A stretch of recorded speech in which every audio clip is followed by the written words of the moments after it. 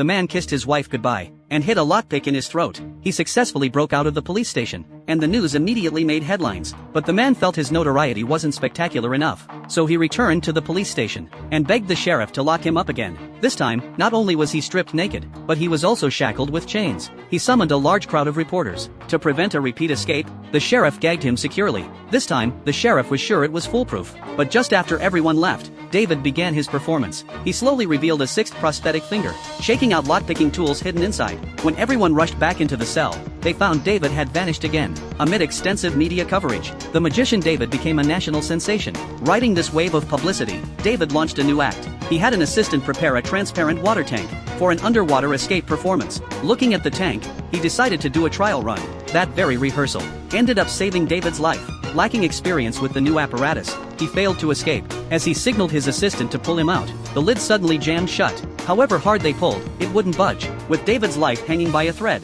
the assistant grabbed an axe and smashed the tank. David emerged unharmed. Fortune had favored this madman of magic. He could only hope nothing went wrong during the actual show. A few days later, David held a major live performance. The theater was packed with spectators. He was lowered into the water tank again. Firefighters stood by as a precaution. His assistant securely locked the tank's lid and drew a screen around it. But as the seconds ticked by, the audience grew increasingly restless. They thought no one could hold their breath that long. A tragedy seemed inevitable if this continued. They urged the crew to open the tank immediately.